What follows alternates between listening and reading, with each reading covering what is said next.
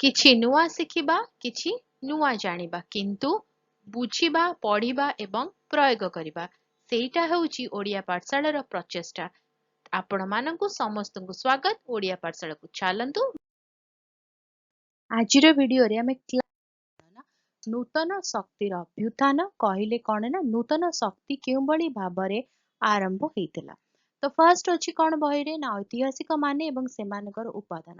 ଐତିହାସିକ ମାନେ କଣ କହୁଛନ୍ତି, କେଉଁ ଉପାଦାନକୁ ନେଇକି ସେମାନେ ଇତିହାସ ରଚନା କରିଛନ୍ତି, ଏ ସବୁ ଜିନିଷ ରହିଛି। ତ ସେ କହୁଛନ୍ତି କଣ, ଯେକୌଣସି ସମୟରେ ଇତିହାସ ରଚନା କରିବା ପାଇଁ ଉପାଦାନ ଆବଶ୍ୟକ। ବିନା ଉପାଦାନରେ, ତା ମାନେ ବିନା ଏଭିଡେନ୍ସରେ ଆମେ କେବେ ବି କହିପାରିବା ନାହିଁ କି ଇତିହାସରେ କଣ ହେଇଥିଲା।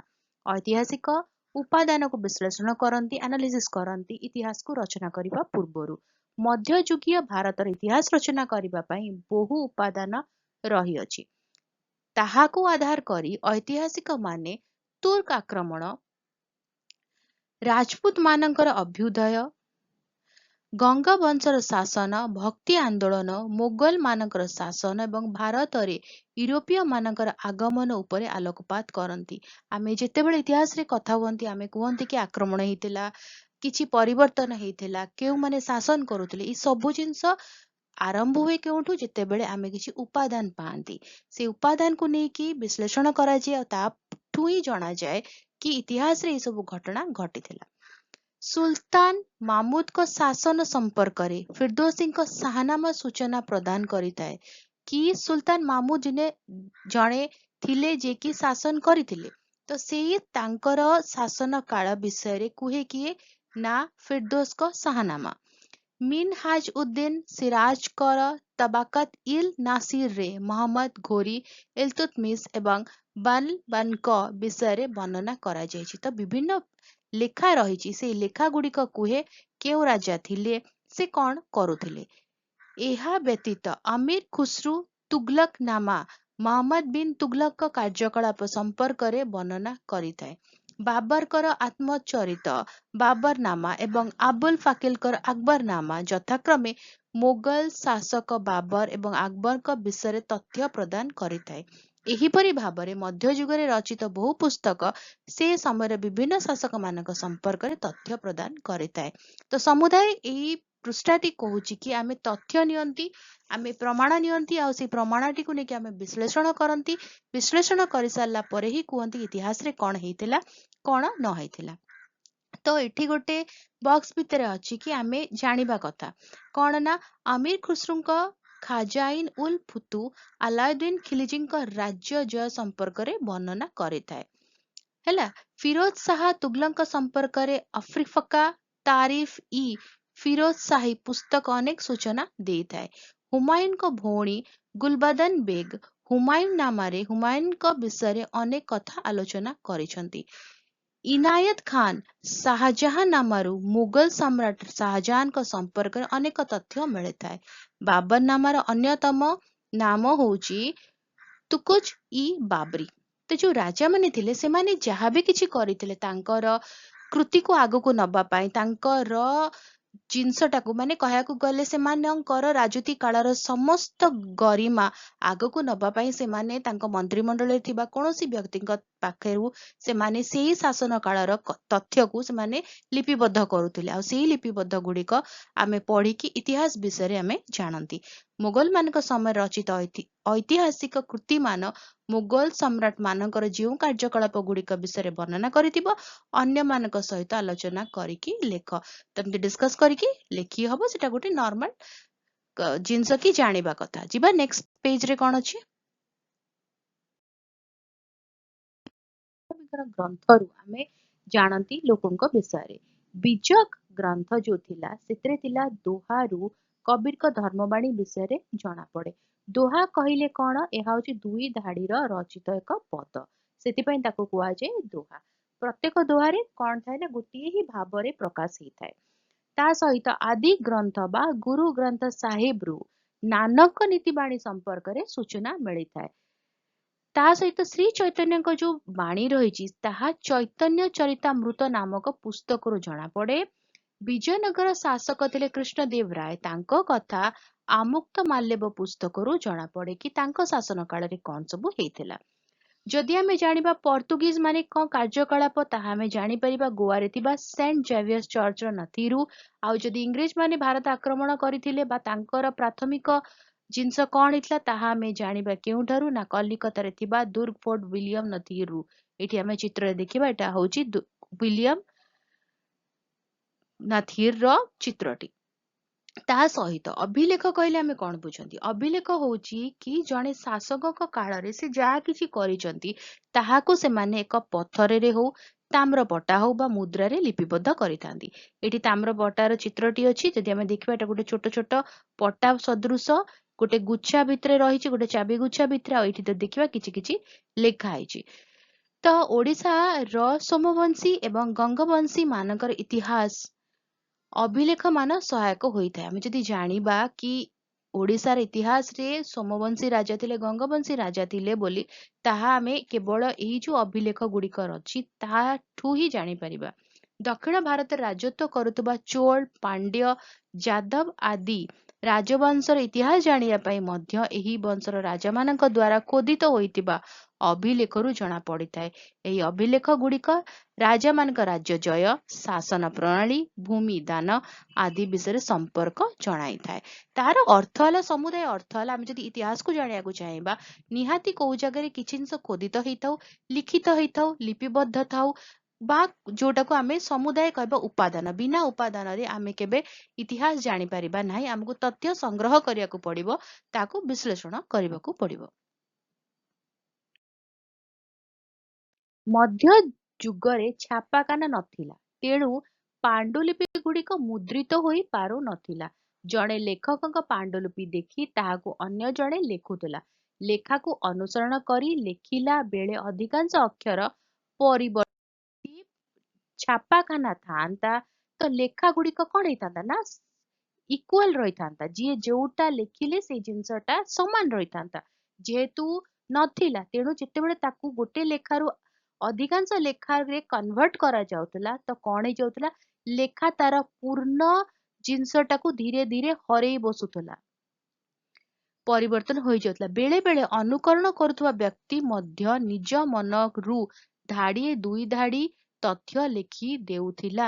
ଏହି ଐତିହାସିକ ପ୍ରମାଦ ବର୍ତ୍ତମାନ ପର୍ଯ୍ୟନ୍ତ ମଧ୍ୟ ଦୂରୀଭୂତ ହୋଇପାରି ନାହିଁ। ତେଣୁ ଇତିହାସରେ ଯାହା କିଛି ଲେଖା ହେଇଛି ସବୁ ଗୁଡିକ ଯେତେବେଳେ ରୂପାନ୍ତରିତ ହେଇ ହେଇ ଚାଲିଛି ତ କିଛି କିଛି ତଥ୍ୟ ମିସ୍ ହେଇଯାଇଛି କିଛି କିଛି ଜିନିଷ ନାହିଁ ତାକୁ ମନରୁ ଲେଖା ହେଇଛି ମଧ୍ୟ ହୋଇଛି। ଫଳରେ ଅଧିକାଂଶ ଲେଖକ କବି ଏବଂ ଐତିହାସିକ ମାନଙ୍କର ମୂଳ ଲେଖା ହସ୍ତଗତ ହୋଇପାରିନାହିଁ। ତଥାପି ମିଳିଥିବା ଗ୍ରନ୍ଥରୁ ଆଧାର କରି ଇତିହାସ ଲେଖା ହେଉଅଛି। ବିଭିନ୍ନ ଗ୍ରନ୍ଥ ତଥା ନଥିର ଅଭିଲେଖାଗାରରେ ସଂଗୃହୀତ ହୋଇ ରହିଥାଏ। ଐତିହାସିକ ମାନେ ସେଗୁଡିକୁ ପିଢି ବିଭିନ୍ନ ସମୟରେ ଇତିହାସ ରଚନା କରିଥାନ୍ତି। ଅଧିକାଂଶ ସମୟରେ ତଥ୍ୟ ସମ୍ବଳିତ ତାଳପତ୍ର ପୋଥି ତଥା ପୁସ୍ତକର କାଗଜକୁ ଉଇ ଖାଇ ଦେବାର ଭୟ ଥାଏ। ତେଣୁ ବୈଜ୍ଞାନିକ ପଦ୍ଧତି ଅନୁସରଣ କରି ଏହି ଉପାଦେୟ ଗ୍ରନ୍ଥଗୁଡିକୁ ଅଭିଲେଖାଗାର ସଂଗ୍ରହ କରି ରଖାଯାଏ। ସେହିପରି ଭାବରେ ବିଭିନ୍ନ ସଂଗ୍ରହାଳୟରେ ଅଭିଲେଖ ମାନ ରହିଅଛି। ସେଗୁଡିକୁ ପଢି ଐତିହାସିକ ମାନେ ଇତିହାସ ରଚନା କରିବାକୁ ସକ୍ଷମ ହେଉଛନ୍ତି। ଅତଏବ ଇତିହାସ ଲେଖିବା ପାଇଁ ଉପାଦାନ ଯେ ନିତାନ୍ତ ଆବଶ୍ୟକ ଏଥିରେ ସନ୍ଦେହ ନାହିଁ। ଯୋଉଟା ମୁଁ ଏବେ କହିଲି କି ଆମେ ଯେତେବେଳେ ପୂର୍ବ ଯୁଗ ଥିଲା ଲେଖିବା ନଥିଲା ଲେଖିବା ଲୋକ ଜାଣିନଥିଲେ ଯେମିତି ଏବେ ଆମର ଡିଜିଟାଲ ଦୁନିଆ ଅଛି ବା ଆମେ କାଗଜ ପତ୍ରରେ ଲେଖୁଛନ୍ତି ତ ସେଇ ସବୁ ଜିନିଷ ନଥିଲା। ତେଣୁ ଯୋଉ ଇତିହାସଟି ଅଛି ସେ ଇତିହାସଟି ସବୁବେଳେ ଗୋଟେ ପ୍ରଶ୍ନ ବାଚି ରହି ଆସୁଛି କି ଏଇ ଘଟଣା କଣ ସତରେ ଘଟିଥିଲା। କାରଣ ଯେତେବେଳେ ଆମେ ଗୋଟେ ରୁ ଆଉ ଗୋଟେ ସ୍ତରକୁ ଆସିଛନ୍ତି ରୂପାନ୍ତରିତ ହେଇଛି ଜିନିଷ କିଛି ତ ଲସ୍ ହେଇଛି ଆମେ ଏକ୍ସାକ୍ଟ ଜିନିଷ ପାଆନ୍ତି ନାହିଁ। ତେଣୁ ସବୁବେଳେ ଇତିହାସରେ କିଛି ନା କିଛି ପ୍ରଶ୍ନ ରହି ଆସିଛି ଏ ଘଟଣା କଣ ଘଟିଥିଲା ନା ଇଏ କାହା ମନର କାହାଣୀ। ତ ଆମେ ଯଦି ରିଅଲ ଜିନିଷ ଦେଖିବାକୁ ଯିବା ତାହେଲେ ଆମକୁ ଯିବାକୁ ପଡିବ ସେଇ ଜାଗାକୁ ଯୋଉ ଜାଗାରେ କି ଏହି ଲେଖା ଗୁଡିକର ସଂଗ୍ରହାଳୟରେ ରହିଛି। ଏଇଟା ହଉଛି ଏଇଠି ଆମେ ଯଦି ଦେଖିବା ଚିତ୍ରରେ ଏଇଟା ହଉଛି ତାଳପତ୍ର ପୋଥି ହେଲା। ତା ସହିତ ଗୁଡାଏ ଯଦି ମ୍ୟୁଜିୟମ କୁ ଯିବା ସେଇ ଜାଗାରେ ଆମକୁ ଖୋଦିତ ହେଇଥିବ ପଥରରେ ଖୋଦିତ ହେଇଥିବ ଲେଖା ଗୁଡିକ ମିଳିବ ଯୋଉଟାକୁ ଅଭିଲେଖା କୁହାଯାଏ। ଆରମ୍ଭରୁ ଆମେ ତଥ୍ୟ ଦେଖିଲେ କି ତୁର୍କ ମାନେ ଆକ୍ରମଣ ପାଇଥିଲା କଣ ପାଇଥିଲେ ଆମେ ଉପାଦାନରୁ ତା ଦେଖିବା। ଦଶମ ଶତାବ୍ଦୀରେ ଭାରତର ରାଜନୈତିକ ଅବସ୍ଥା ଅସ୍ଥିର ଥିଲା। ବିଭିନ୍ନ ରାଜବଂଶର ରାଜାମାନେ ପରସ୍ପର ମଧ୍ୟରେ ଯୁଦ୍ଧ ଏବଂ କଳହରେ ଲିପ୍ତ ଥିଲେ। ଏହାର ସୁଯୋଗ ନେଇ ଉତ୍ତର ପଶ୍ଚିମରୁ ତୁର୍କମାନେ ଭାରତ ଆକ୍ରମଣ କରିଥିଲେ। ତନ୍ମଧ୍ୟରେ ପ୍ରଥମ ଥିଲେ ଗଜନୀର ସୁଲତାନ ମାମୁଦ। ଯେତେବେଳେ ନିଜ ଭିତରେ କଣ ରହିବ ନା କଳହ ଲାଗି ରହିବ, ସେତେବେଳେ ବାହାର ଲୋକକୁ ସବୁବେଳେ ସୁବିଧା ହେଇଛି କି ସେ କଣ କରିବ, ଅନ୍ୟ ଯୋଉଠି କଳହ ଲାଗିଥିବ ସେଇ ଗଡରେ ପଶିଯିବ। ମାମୁଦ ଗଜନୀଙ୍କ ଭାରତ ଆକ୍ରମଣ। ଦଶମ ଶତାବ୍ଦୀରେ ଆଫଗାନିସ୍ତାନରେ ଆଲାପ୍ତଗିନ ଗଜନୀ ନାମକ ଏକ କ୍ଷୁଦ୍ର ରାଜ୍ୟ ସ୍ଥାପନ କରିଥିଲେ। 977 ଖ୍ରୀଷ୍ଟାବ୍ଦରେ ସାବୁତଗିନ ଏହାର ଶାସନକର୍ତ୍ତା ହୋଇଥିଲେ। ତାଙ୍କ ମୃତ୍ୟୁ ପରେ ସୁଲତାନ ମାମୁଦ 997 ଖ୍ରୀଷ୍ଟାବ୍ଦରେ ସିଂହାସନ ଆରୋହଣ କଲେ। ତ ଏଠି ଯଦି ଆମେ ଦେଖିବା ଦଶମ ଶତାବ୍ଦୀରେ ଆଫଗାନିସ୍ତାନରେ ଆଲାପ୍ତଗିନ ଗଜନୀ ନାମକ ଜଣେ କ୍ଷୁଦ୍ର ରାଜ୍ୟ ସ୍ଥାପନ କରିଥିଲେ। ତାମାନେ ଗୋଟେ ଛୋଟ ଥିଲା, ତାପରେ ତାଙ୍କ ପୁତ୍ର, ତାପରେ ତାଙ୍କ ପୁତ୍ର ଥିଲେ କିଏ ନା ସୁଲତାନ ମାମୁଦ। ସିଏ ଯେତେବେଳେ ସିଂହାସନ ଆରୋହଣ କଲେ 997ରେ ଆରୋହଣ କଲେ। ଗଜନୀକୁ ଏକ ଶକ୍ତିଶାଳୀ ରାଜ୍ୟରେ ପରିଣତ କରିବାର ସ୍ୱପ୍ନ ସିଏ ଦେଖି ବସିଲେ। ମଧ୍ୟ ଏସିଆ ଜୟ କରି ଏକ ବିଶାଳ ସାମ୍ରାଜ୍ୟ ସୃଷ୍ଟି କରିବାର କଳ୍ପନା ତାଙ୍କ ମନରେ ଉଙ୍କି ମାରିଲା। ସେଥିପାଇଁ ସେ ଏକ ବିରାଟ ସୈନ୍ୟବାହିନୀ ଗଠନ କଲେ। ଭାରତର ଧନରତ୍ନ ତାଙ୍କୁ ପ୍ରଲୋଭିତ କରିଥିଲା। ସେ 1000 ଖ୍ରୀଷ୍ଟାବ୍ଦରୁ 1027 ଖ୍ରୀଷ୍ଟାବ୍ଦ ମଧ୍ୟରେ 17 ଥର ଭାରତ ଆକ୍ରମଣ କରିଥିଲେ। ତା ମାନେ ଏଠୁ ଆମେ ବୁଝିବା ଦରକାର କି ଭାରତ ଆମର ଗୋଟେ ସୁନାର ପକ୍ଷୀ ଥିଲା, ଯୋଉଠି କି ଧନ ଧାନ୍ୟ ସମ୍ପତ୍ତି ସବୁ ରହିଥିଲା, କିନ୍ତୁ ଆକ୍ରମଣ ହବା ଫଳରେ ସବୁ ଜିନିଷ ଧୀରେ ଧୀରେ ଧୀରେ ଧୀରେ ସମାପ୍ତ ହେଇ ଚାଲିଲା। ମାମୁଦ ପଞ୍ଜାବ, ମୁଲତାନ, ଥାନେଶ୍ୱର ଆଦି ଅଧିକାର କରି ନିଜ ବୀରତ୍ୱର ପରିଚୟ ପ୍ରଦାନ କରିଥିଲେ। ସେ ପଞ୍ଜାବକୁ ନିଜ ସାମ୍ରାଜ୍ୟରେ ମିଶାଇ ଦେଇଥିଲେ। 1025 ଖ୍ରୀଷ୍ଟାବ୍ଦରେ ମାମୁଦ ଗୁଜରାଟର ପ୍ରସିଦ୍ଧ ସୋମନାଥ ମନ୍ଦିର 1025ରେ ସେ ଲୁଣ୍ଠନ କରି ବହୁ ଧନରତ୍ନ ଭାରତରୁ ଗଜନୀକୁ ନେଇ ଯାଇଥିଲେ। ହିନ୍ଦୁ ମନ୍ଦିର ଧ୍ୱଂସ ଏବଂ ଲୁଣ୍ଠନ କରି ଇସଲାମ ଧର୍ମର ଗୌରବ ରକ୍ଷା କରିବା ପାଇଁ ସେ ଚେଷ୍ଟିତ ଥିଲେ। 1030 ଖ୍ରୀଷ୍ଟାବ୍ଦରେ ସୁଲତାନ ମାମୁଦ ମୃତ୍ୟୁବରଣ କଲେ। ସମଗ୍ର ଉତ୍ତର ଭାରତ ଏବଂ ଆକ୍ରମଣକାରୀ ଏବଂ ଲୁଣ୍ଠନକାରୀ କବଳରୁ ମୁକ୍ତ ହେଲା। ମାମୁଦ କିନ୍ତୁ ଗଜନୀର ବହୁ ଉନ୍ନତି ସାଧନ କରିଥିଲେ। ସେ ସେଠାରେ ଏକ ବିରାଟ ପାଠାଗାର ଓ ସୁନ୍ଦର ମସଜିଦ ନିର୍ମାଣ କରିଥିଲେ। ମାମୁଦ ତାଙ୍କ ଦରବାରରେ ବହୁ ଜ୍ଞାନୀ ଏବଂ ଗୁଣୀମାନଙ୍କୁ ସ୍ଥାନ ଦେଇଥିଲେ। ସେମାନଙ୍କ ମଧ୍ୟରୁ ପ୍ରସିଦ୍ଧ ଥିଲେ ପାରସିକ କବି ଫିରଦୋସ। ସେ ଶାହନାମା, ଯୋଉଟା ଆମେ ଆରମ୍ଭରେ ପଢିଲେ, ଶାହନାମା ନାମକ ଏକ ବିରାଟ ଗ୍ରନ୍ଥ ରଚନା କରି ଜନମାନସରେ ଅମର ହୋଇ ରହିଛନ୍ତି। ମାମୁଦ ଆଲ ବେରୁଣି ନାମକ ଜଣେ ବିଦ୍ୱାନ ବ୍ୟକ୍ତିଙ୍କୁ ଭାରତ ସମ୍ପର୍କରେ ଜ୍ଞାନ ଆହରଣ କରିବା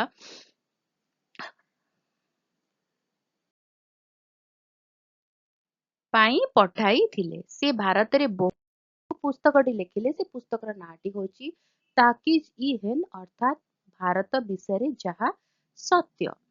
ତାପରେ ମାମୁଦଙ୍କର କଣ ହେଲା ନା, ମାମୁଦଙ୍କର ମୃତ୍ୟୁ ହେଲା। ତାଙ୍କର ଯେତେବେଳେ ମୃତ୍ୟୁ ହେଇଗଲା, ମୃତ୍ୟୁ ହେଇ ସାରିଲା ପରେ କଣ ହେଲା, ଗଜନୀ ବଂଶର ପତନ ଘଟିଲା। ଆଉ ଗଜନୀ ବଂଶର ପତନ ଘଟିଲା ପରେ କଣ ହେଲା ନା, ଘୋର ବଂଶ ବୋଲି ଏକ ବଂଶ ଆସିଲା। ତ ମୁଁ ଏଠି କଣ କରୁଛି ନା, କିଛି କିଛିଟା ଜିନିଷ ଅଣ୍ଡରଲାଇନ କରିଦଉଛି ହେଲା। ତ ଘୋର ବଂଶର ଜଣେ ଶାସକ ଥିଲେ, ସେ ଥିଲେ ମହମ୍ମଦ ଘୋରୀ। ତ ସିଏ କଣ କଲେ, ସିଏ ମଧ୍ୟ ଭାରତ ଆକ୍ରମଣ କଲେ। କାହିଁକି ଆକ୍ରମଣ କଲେ? କାରଣ ତାଙ୍କ ପାଇଁ ମଧ୍ୟ ସେଇ ଗୋଟିଏ ହିଁ କେନ୍ଦ୍ରବିନ୍ଦୁ ଥିଲା କି ଭାରତ ଧନ ଧାନ୍ୟ ସମ୍ପନ୍ନ ରାଷ୍ଟ୍ର। ତେଣୁ ତାକୁ ଆକ୍ରମଣ କରିବା, ତା ପାଖରୁ ଲୁଣ୍ଠନ କରିବା, ଆଉ ନେଇକି ଆମ ସାମ୍ରାଜ୍ୟକୁ ବଢେଇବା। ମହମ୍ମଦ ଘୋରୀ 1175 ଖ୍ରୀଷ୍ଟାବ୍ଦରେ ସୁଲତାନ ଅଧିକାର କରି ଭାରତ ଆକ୍ରମଣ କରିବା ପାଇଁ ପଥ ପ୍ରସ୍ତୁତ କରିଥିଲେ। ସିଏ ସୁଲତାନ ହେଲେ। ସୁଲତାନ ହେଇସାରିଲା ପରେ ଯେମିତି ସେ ରାଜା ହେଇଗଲେ, ସେ ସାଙ୍ଗେ ସାଙ୍ଗେ କଣ କଲେ ନା, ଭାରତ ଆକ୍ରମଣ କରିବା ଆଉ ଭାରତକୁ ଲୁଣ୍ଠନ କରିବା। ଏହା ପରେ ସେ ସିନ୍ଧୁ ପ୍ରଦେଶ ଏବଂ ପଞ୍ଜାବ ଅଧିକାର କରି ଦିଲ୍ଲୀ ଆଡକୁ ଅଗ୍ରସର ହେଲେ। କାହିଁକି ଅଗ୍ରସର ହୁଅନ୍ତି ଦିଲ୍ଲୀକୁ? କାରଣ ଦିଲ୍ଲୀ ହଉଛି ଭାରତର ରାଜଧାନୀ। ଯଦି ଦିଲ୍ଲୀକୁ ଆମେ ଅକ୍ତିଆର କରିନବା, ତା ମାନେ ସମଗ୍ର ଭାରତ ବର୍ଷ ଆମ ଅଣ୍ଡରରେ ରହିଲା। ଦିଲ୍ଲୀରେ ସେତେବେଳେ ଚୌହାନ ବଂଶ ରାଜା ପୃଥ୍ୱୀରାଜ ଶାସନ କରୁଥିଲେ, ଯିଏ ଥିଲେ କି ଜଣେ ମହାନ ଶାସକ। ସେ ରାଜପୁତ ମାନଙ୍କୁ ସଂଗଠିତ କରି ସେମାନଙ୍କ ସହାୟତାରେ ମହମ୍ମଦ ଘୋରୀଙ୍କୁ 1191 ଖ୍ରୀଷ୍ଟାବ୍ଦରେ ତିରୋରୀ ଠାରେ ପରାସ୍ତ କରିଥିଲେ। ଏହା ଥିଲା ପ୍ରଥମ ତିରୋରୀ ଯୁଦ୍ଧ। ଏଟା ଗୋଟେ ଇମ୍ପୋର୍ଟାଣ୍ଟ जिनसटे मन रखिबो। मोहम्मद घोरी एही पराजय को भूली पारी नथिले। से पुनर्बार भारत आक्रमण कले। 1192 ख्रीष्टाब्दरे द्वितीय तिरोरी युद्धरे से पृथ्वीराज को परास्त करी दिल्ली अधिकार करथिले। फास्ट थर से परास्त होइथिले, द्वितीय थर से परास्त करिथिले आउ तापरे से दिल्ली अधिकार करिथिले। ଏହା ଦେଖି କନୌଜର ରାଠୋର ବଂଶୀୟ ଶାସକ ଜୟଚନ୍ଦ୍ର ରାଜପୁତ ମାନଙ୍କୁ ଏକତ୍ରିତ କରି ମହମ୍ମଦ ଘୋରୀଙ୍କୁ ଚାନ୍ଦୁଆର ଯୁଦ୍ଧ କ୍ଷେତ୍ରରେ ଭେଟିଥିଲେ। ଏହି ଯୁଦ୍ଧରେ ମହମ୍ମଦ ଘୋରୀ ଜୟଚନ୍ଦ୍ରକୁ ପରାଜିତ କରି ଭାରତରୁ ବିପୁଳ ଧନ ରତ୍ନ ସ୍ୱଦେଶକୁ ନେଇ ଯାଇଥିଲେ। ମୁଁ ଯେମିତି ଆରମ୍ଭରେ କହିଲି ତାଙ୍କ ମାନଙ୍କର ଉଦ୍ଦେଶ୍ୟ ଗୋଟେ ହିଁ ଥିଲା, ଭାରତ ଯେହେତୁ ଧନଧାନ୍ୟ ସମ୍ପନ୍ନ ରାଷ୍ଟ୍ର, ଆମେ ସେଠିକି ଯିବା, ଯୁଦ୍ଧ କରିବା, ସେଠୁ ଧନ ସମ୍ପତ୍ତି ନେଇ ଆସିବା ଆଉ ଆମ ଜାଗାରେ ଆମେ କଣ କରିବା ନା ଆମର ରାଜ୍ୟକୁ ବିସ୍ତାର କରିବା। ତ ଏଠି ମନେ ରଖିବା ଜିନିଷଟି ହେଲା 91 ରେ କଣ ହେଇଥିଲା ନା ପୃଥ୍ୱୀରାଜ ଚୌହାନ ପରାସ୍ତ କରିଥିଲେ ମହମ୍ମଦ ଘୋରୀକୁ, କିନ୍ତୁ 1192 ଖ୍ରୀଷ୍ଟାବ୍ଦରେ ଦ୍ୱିତୀୟ ତିରୋରୀ ଯୁଦ୍ଧ ହେଇଥିଲା ଯେଉଁଠାରେ କି ପୃଥ୍ୱୀରାଜ ପରାସ୍ତ ହେଇଥିଲେ। ତାପରେ ସେ କଣ କଲେ ନା ଦିଲ୍ଲୀ ଅଧିକାର କରିଥିଲେ ହେଲା। ତାପରେ ରାଜା ଚାନ୍ଦେରୀ ଯୋଉ ଯୁଦ୍ଧଟି ହେଇଥିଲା ମହମ୍ମଦ ଘୋରୀ ଚାନ୍ଦୁଆର ଯୋଉ ସେଇଟାକୁ ମନେ ରଖିବା କଥା। ହଁ, ସେ ଯିବା ପରେ ତାଙ୍କ ମୁଖ୍ୟ ସେନାପତି କୁତବୁଦ୍ଦିନ ଆଇବାକ ବୁନ୍ଦେଲଖଣ୍ଡ, କାଲିଞ୍ଜର ଏବଂ ମାହୋବା ଆଦି ଅଞ୍ଚଳ ଅଧିକାର କରିଥିଲେ। ତାଙ୍କର ଅନ୍ୟତମ ସେନାପତି ଇଖତିୟାର ଉଦ୍ଦିନ ଖିଲଜୀ ବଙ୍ଗ ଏବଂ ବିହାର ଅଧିକାର କରିଥିଲେ। ମହମ୍ମଦ ଘୋରୀ ଲାହୋର ଠାରେ 1206 ଖ୍ରୀଷ୍ଟାବ୍ଦରେ ପ୍ରାଣତ୍ୟାଗ କରିଥିଲେ। ତ ଏଠି ଆମେ ଦେଖିବା ଯଦି ସିଏ 1192 ରେ ଏଣ୍ଟର କଲେ ଆଉ 1206 ରେ ତାଙ୍କର ନିଧନ ହେଇଥିଲା। ପ୍ରତିହାର, ଚୋଳ, ପାଣ୍ଡ୍ୟ, ହୟଶାଳ ଏବଂ ଯାଦବ। ଭାରତର ରାଜନୈତିକ ପୃଷ୍ଠଭୂମିରେ ଅଷ୍ଟମ ଶତାବ୍ଦୀରୁ ଦ୍ୱାଦଶ ଶତାବ୍ଦୀ ମଧ୍ୟରେ ଅନେକ ରାଜବଂଶର ଉତ୍ଥାନ ଘଟିଥିଲା। ପ୍ରତିହାର ମାନେ ଉତ୍ତର ଭାରତରେ ଶାସନ କରୁଥିଲା ବେଳେ ଦକ୍ଷିଣ ଭାରତରେ ଚୋଳ, ପାଣ୍ଡ୍ୟ, ହୟଶାଳ ଏବଂ ଯାଦବ ବଂଶର ଶାସକମାନେ ଶାସନ କରୁଥିଲେ। ତ ପ୍ରତିହାର କହିଲେ ଯୋଉଟାକୁ କନୌଜ କହିବା ଏଇଟା ହେଲା। ଏଇଠି ହଉଛି ଯାଦବ ଯୋଉଟା ଦେବଗିରି, ଏଇଟା ହଉଛି ହୟଶାଳ, ଏଇଟା ହଉଛି ଚୋଳ ଯୋଉଟାକୁ ତାଞ୍ଜୋର ଏଠି ଆମେ କହିପାରିବା, ମଦୁରା ପାଣ୍ଡ୍ୟ, ସିଂହଳ କହିଲେ ଏଇଠି ହେଲା ସିଂହଳ ଯୋଉଟା ଶ୍ରୀଲଙ୍କା ଏବେ ଅଛି। ପ୍ରତିହାର ବଂଶ, ପ୍ରତିହାର ମାନେ ଥିଲେ ଏକ ଶକ୍ତିଶାଳୀ ରାଜପୁତ ଜାତି। ପ୍ରତିହାର ଅର୍ଥ ଜଗୁଆଳି। ସେତେବେଳେ ଉତ୍ତର ପଶ୍ଚିମ ଗିରିପଥ ଦେଇ ଭାରତ ମଧ୍ୟକୁ ବହୁ ବୈଦେଶିକ ଶତ୍ରୁ ପ୍ରବେଶ କରୁଥିଲେ। ସେମାନଙ୍କୁ ପ୍ରତିରୋଧ କରି ଗିରିପଥକୁ ଜଗୁଥିବାରୁ ପ୍ରତିହାର ମାନଙ୍କର ସେହିପରି ନାମକରଣ ହୋଇଥିବାର ଅନୁମାନ କରାଯାଏ। ପ୍ରତିହାର ବଂଶର ରାଜାମାନଙ୍କ ମଧ୍ୟରେ ପ୍ରଥମ ମିହିର ଭୋଜ ଥିଲେ ଅନ୍ୟତମ। ସେ 840 ଖ୍ରୀଷ୍ଟାବ୍ଦରେ ସିଂହାସନ ଆରୋହଣ କରିଥିଲେ। ଯୁଦ୍ଧ ଏବଂ ରାଜ୍ୟ ଜୟ ଦ୍ୱାରା ସେ ଏକ ବିଶାଳ ସାମ୍ରାଜ୍ୟ ଗଠନ କରିଥିଲେ। ସେ 890 ଖ୍ରୀଷ୍ଟାବ୍ଦରେ ପ୍ରାଣତ୍ୟାଗ କରିଥିଲେ। ତାଙ୍କ ପରେ ତାଙ୍କ ପୁତ୍ର ମହେନ୍ଦ୍ରପାଳ 890 ଖ୍ରୀଷ୍ଟାବ୍ଦରୁ 908 ଖ୍ରୀଷ୍ଟାବ୍ଦ ପର୍ଯ୍ୟନ୍ତ ରାଜତ୍ୱ କରିଥିଲେ। ସେ ବଙ୍ଗ ଅଧିକାର କରି ତାହାକୁ ନିଜ ସାମ୍ରାଜ୍ୟରେ ମିଶାଇ ଦେଇଥିଲେ। ପ୍ରତିହାର ମାନଙ୍କ ରାଜଧାନୀ ଥିଲା କନୌଜ। ତ ଏଠି ମୁଁ ଅଣ୍ଡରଲାଇନ କରିଦଉଛି ଯୋଉଟା ଇମ୍ପୋର୍ଟାଣ୍ଟ। ହଁ ହେଲା। ଏମାନେ ବିଷ୍ଣୁ ଏବଂ ସୂର୍ଯ୍ୟଙ୍କ ଉପାସକ ଥିଲେ। ସେମାନଙ୍କ ମଧ୍ୟରୁ ରାଜଶେଖର ଥିଲେ ଅନ୍ୟତମ। ତାପରେ ଆସିଲା ଚୋଳ ବଂଶ। ଦଶମ ଶତାବ୍ଦୀରେ ଦକ୍ଷିଣ ଭାରତରେ ସୃଷ୍ଟି ହୋଇଥିବା ରାଜ୍ୟମାନଙ୍କ ମଧ୍ୟରୁ ଚୋଳ ରାଜ୍ୟ ଥିଲା ଅନ୍ୟତମ। ଏହାର ରାଜା ପ୍ରଥମ ରାଜରାଜ 985 ଖ୍ରୀଷ୍ଟାବ୍ଦରେ ସିଂହାସନ ଆରୋହଣ କରିଥିଲେ। ସେ ଚାଲୁକ୍ୟ, ପାଣ୍ଡ୍ୟ ଏବଂ ଚେରିମାନଙ୍କୁ ପରାସ୍ତ କରିଥିଲେ। ସେ ମଧ୍ୟ ବେଙ୍ଗୀ କହିଲେ ଆନ୍ଧ୍ରପ୍ରଦେଶର ଉପକୂଳବର୍ତ୍ତୀ ଅଞ୍ଚଳ ଅଧିକାର କରିଥିଲେ। ଚେରିମାନଙ୍କୁ ପରାସ୍ତ କରି ସେ ତାଙ୍କଠାରୁ ଏକ ବିଶାଳ ନୌବାହିନୀ ଛଡାଇ ଆଣିଥିଲେ। ବିଭିନ୍ନ ରାଜ୍ୟ ଜୟ କରି ସେ ବିଶାଳ ସାମ୍ରାଜ୍ୟ ସୃଷ୍ଟି କରିଥିଲେ। ସେ 1000 ଖ୍ରୀଷ୍ଟାବ୍ଦରେ ତାଙ୍କ ରାଜ୍ୟର ଜମି ମାପ କାର୍ଯ୍ୟ ସମାପ୍ତ କରିଥିଲେ।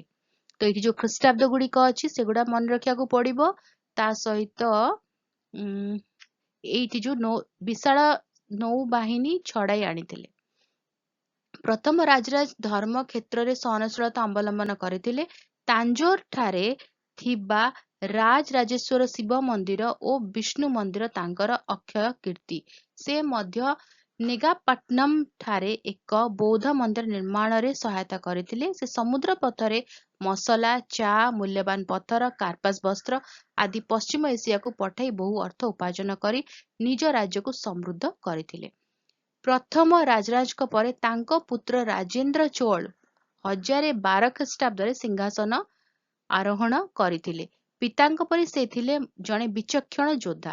ତାଙ୍କ ସମୟରେ ନୌବାହିନୀର ଦକ୍ଷତା ବୃଦ୍ଧି ପାଇଥିଲା ଏବଂ ପଲ୍ଲବ ଏବଂ ଗଙ୍ଗମାନଙ୍କୁ ପରାସ୍ତ କରିବା ସହିତ ଓଡ଼ିଶା ମଧ୍ୟ ଦେଇ ସୈନ୍ୟ ଚାଳନା କରି ଗଙ୍ଗାନଦୀ କୂଳରେ ପାଳମାନଙ୍କୁ ପରାସ୍ତ କରିଥିଲେ। ସେ ନିଜର ସୁଦୃଢ଼ ନୌବାହିନୀ ସାହାଯ୍ୟରେ ସିଂହଳ ଅଧିକାର କରିଥିଲେ।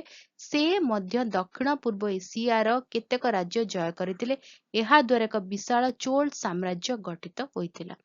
ତ ଆଜି ଆମେ ପାର୍ଟ 1 ଏତିକି ପଢିଲେ। ପାର୍ଟ 2 ରେ ୟା ପରେ କଣ ହେଲା ଆମେ ଡିସ୍କସ୍ କରିବା। ଭିଡିଓଟା ଦେଖିବ ପୁରା। ଯଦି କୋଉ ଜାଗାରେ କିଛି ବେଟର କରିବାର ଅଛି ମତେ ଜଣେଇବ।